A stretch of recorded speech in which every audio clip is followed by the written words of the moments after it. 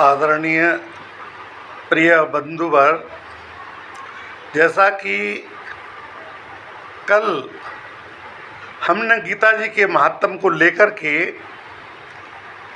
ये बात समझी थी कि गीता सुगीता करने के योग्य है, यानी कि गीता जी को भली प्रकार से पढ़ करके अर्थ और भाव सहित अंतःकरण में धारण कर लेना ही मुख्य कर्तव्य है।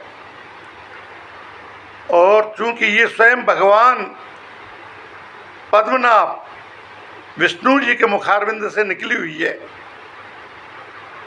और उन्होंने स्वयं इसका वर्णन किया है, इसलिए इस गीता शास्त्र में मनुष्य मात्र का अधिकार है, चाहे वो किसी भी वर्ण का हो, किसी भी आश्रम में स्थित हो, लेकिन भगवान में श्रद्धालु हो और भक्ति युक्त अवश्य हो। क्यों? क्योंकि भगवान ने अपने भक्तों में ही इसका प्रचार करने के लिए आज्ञा दी है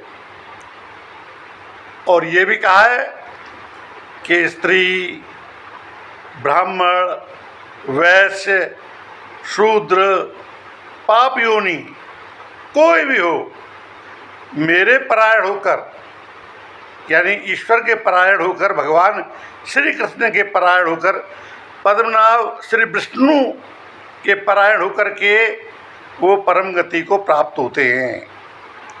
और ये बात गीता जी के अध्याय 9 के श्लोक 32 में कही गई है।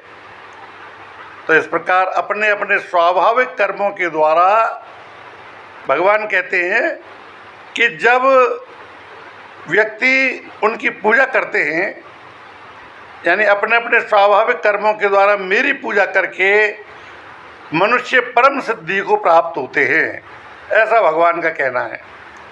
और ये बात अध्याय 18 के श्लोक संख्या 46 में कही है। इन सब पर विचार करने से ये ज्ञात होता है कि परमात्मा की प्राप्ति में सभी का अधिकार होता है। जय श्री कृष्णा। राधे राधे।